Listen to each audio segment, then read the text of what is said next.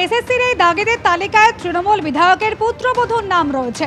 পানিহাটির তৃণমূল বিধায়ক নির্মল ঘোষ, তার পুত্রবধূ শম্পা ঘোষের নাম রয়েছে দাগিদের এই তালিকায়।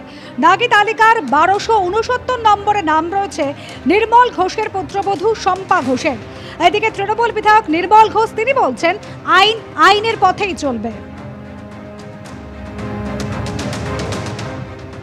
Law will take its own course. কে হতে পারে কে হতে পারে না, আইন তো চলছে সুপ্রিম কোর্ট হাইকোর্টে। Law will take it own course. Law will take it own course. আমি জানি না সেটা, আমার কথা হচ্ছে কি আত্মীয় স্বজন নিয়ে তোমরা দেখো, আমি তোমার কথা আমি কি বলছি সেটা তোমাকে বলি, তুমি তো ডোন্ট, একটা কথা আছে না, কথা হচ্ছে এটা যা বেরিয়েছে তোমরা যা পেয়েছো ও তো আইন আদালতে, তো supreme court high court. Law will take it own course. সত্য সত্য সত্য বেরোবে। Law will take it own course, সত্য বেরিয়ে যাবে। আমি বলতে পারবো না কিছু না দেখে, আমার কাছে তো কিছু আসে না। আমার কাছে কোনো কাগজ নেই, আমার কাছে কোনো কাগজ নেই।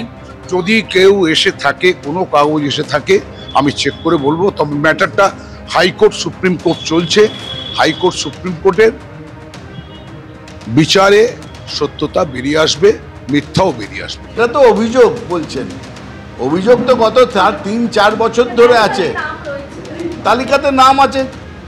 সেক্ষেত্রে টাকা পয়সার প্রশ্ন আসছে কি করে, সেটা প্রমাণ সাপেক্ষ। এই দেশে এসএসসি তারা তালিকা প্রকাশ করেছেন, এবং যে তালিকাতে আপনারা বলছেন অনেকের নাম আছে, এসএসসি তার মানে প্রমাণিত যে তালিকা নিয়ে তারা ছেড়ছাড় করেনি, তালিকাতে কিছু গোপন করার চেষ্টা করেনি। এটা যে কোনো সরকার তার পক্ষে এটাকে বলা হয় একটা কমপ্লিমেন্ট। তাদের নিরপেক্ষতা, সততা, তারই প্রমাণ হচ্ছে এই তালিকা। এসএসসি যে দাগিদের তালিকা প্রথম প্রকাশ করেছিল এবং সেখানে ছিল 1804 জনের নাম, আর এবার যে দ্বিতীয় তালিকা প্রকাশ করা হলো সেখানে 1806 জনের নাম, অর্থাৎ দাগির সংখ্যা আরো বাড়লো। এসএসসির প্রথম তালিকায় যেরকম বলছিলাম 1804, সেখান থেকে হলো বেড়ে 1806। আর এসএসসির যে নতুন তালিকায় সেখানে তৃণমূল বিধায়কের কন্যার নাম রয়েছে। আর এখানেই যে প্রশ্নটা উঠছে যে কেন নাম বাদ গেল প্রথম দাগি তালিকায়। রাতে এসএসসির নতুন তালিকায় আরো 2 দাগি শিক্ষকের নাম। তালিকায় চোপড়ার তৃণমূল বিধায়ক হামিদুর রহমানের মেয়ে রোশেনারা বেগমের নাম রয়েছে, আর তালিকায় জুড়েছে সঞ্চিতা দাস নামে আরেক দাগি শিক্ষিকার নামও।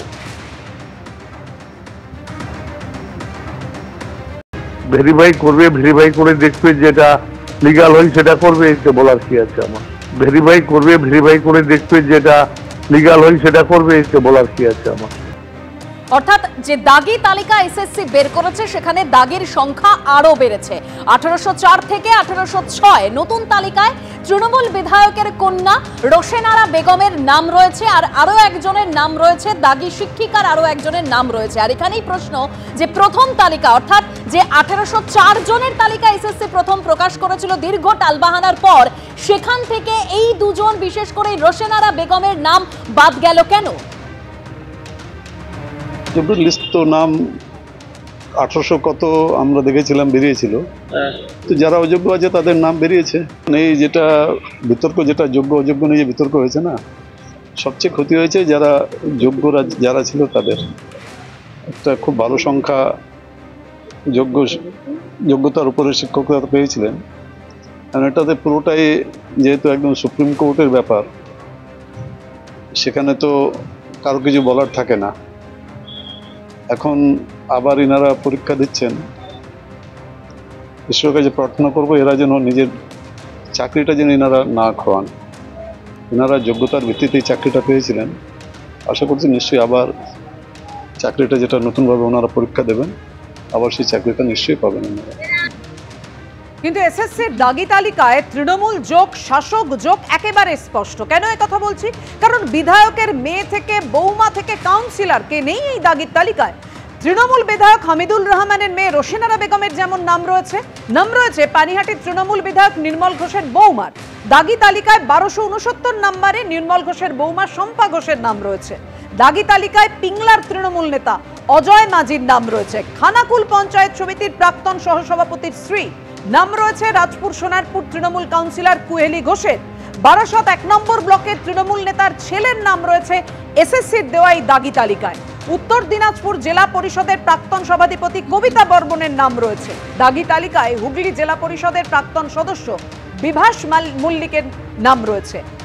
হুগলি জেলা পরিষদের প্রাক্তন সদস্য বিভাস মালিকের নাম রয়েছে এই দাগি তালিকায়।